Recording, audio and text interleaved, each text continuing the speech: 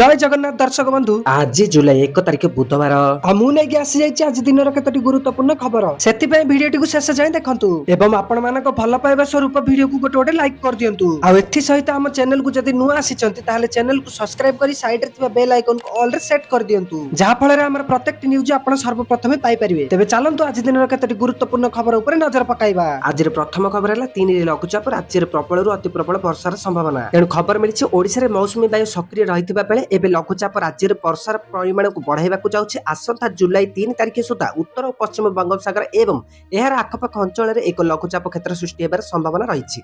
एही सिस्टम प्रभाव में राज्यर विभिन्न जिले में वर्षार विस्तृति और प्रकोप वृद्धि पाइब तथा भुवनेश्वर आंचलिक पाणीपाग केन्द्र सूचना अनुसार वर्तमान उत्तर बंगोपसागर पार्श्ववर्ती दक्षिण बांग्लादेश उपकूल में एक प्रभावशाली घूर्णिबलय सक्रिय रही।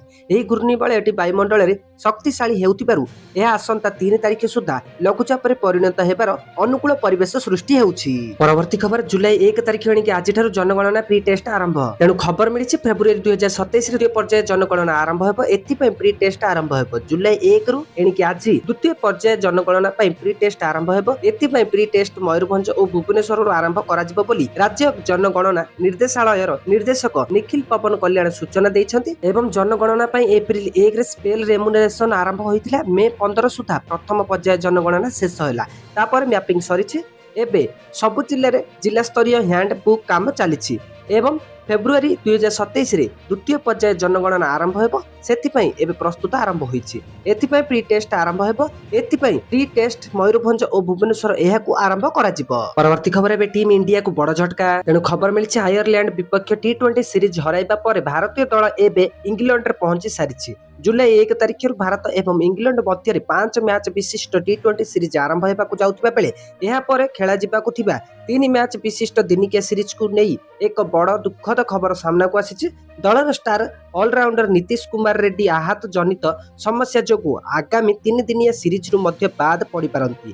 तेबे आसंता जुलाई 14 तारिख रु भारत इंग्लैंड दिनिकिया सीरीज आरंभ होगा जाउथिबा बेले से पर्यंत नीतीश संपूर्ण फिट हेबा मुश्किल मने होउछि। रिपोर्ट अनुसार से एबे मध्य बेंगालुरु स्थित सेंटर ऑफ एक्सलेंस रे अछंती एवं ए पर्यंत ताकर रिहाब प्रक्रिया आरंभ होई नहीं। सूचना योग्य जे पादरे आघात लागिबा कारण से पूर्व आयरलैंड एवं इंग्लैंड विपक्ष टी20 सीरीज रु बाद पड़िथिले। वर्तमान स्थिति को देखिले नीतीश रेड्डी सीधा सड़क जिम्बाब्वे ग्रस्त समय ही टीम इंडिया को स्वदेश परिवर्तन करिवे। भारत को जिम्बाब्वे ग्रस्त रे 3 मैच विशिष्ट टी20 सीरीज खेलिबार कार्यक्रम मध्य रही। परवर्ती खबर रथयात्रा चूड़ांत पर्यायर समस्त व्यवस्था तेणु खबर मिली आसंता जुलाई 16 विश्व प्रसिद्ध रथयात्रा समस्त व्यवस्था चूड़ांत पर्यायर पहुंची। श्रद्धालु मानक श्रृंखलित और सुरक्षित दर्शन सह अत्यावश्यक व्यवस्था समस्त बंदोबस्त करा जायछि बोली एक वीडियो माध्यम सूचना दैछन्ति पुरी जिलापाल दिव्यज्योति परिडा।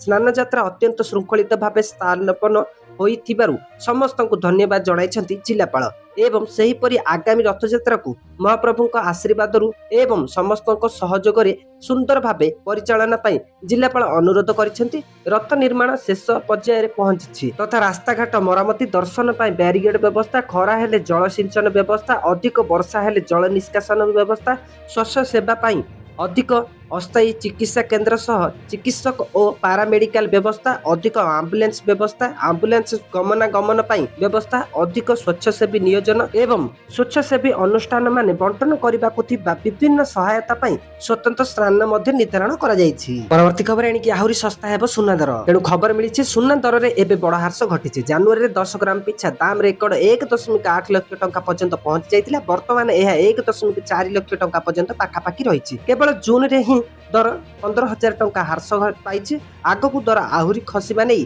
आशंका मध्य रही। तेणु आउ गहना बदला बदली नहीं सीधा सड़क बिक्री कर नगद उठाउछन्ति ग्राहक तथा फटाफट पुराना सुना बिकी लाभ हातेबारे व्यस्त।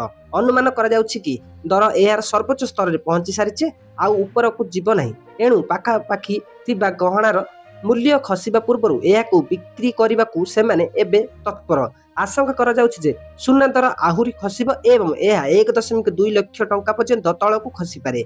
यही कारणरू ग्राहक पुराना गहना बदलाई नुआ गहना नहीं परिवर्ते एहाकू बिक्री करी नगद नेउछंती एवं लाभ हातेबाकू पसंद करुछंती। तो दर्शक बंधु ये थिला आज खबर। आ वीडियो टी शेष जाए देखिथिबारु आपण मानकू धन्यवाद।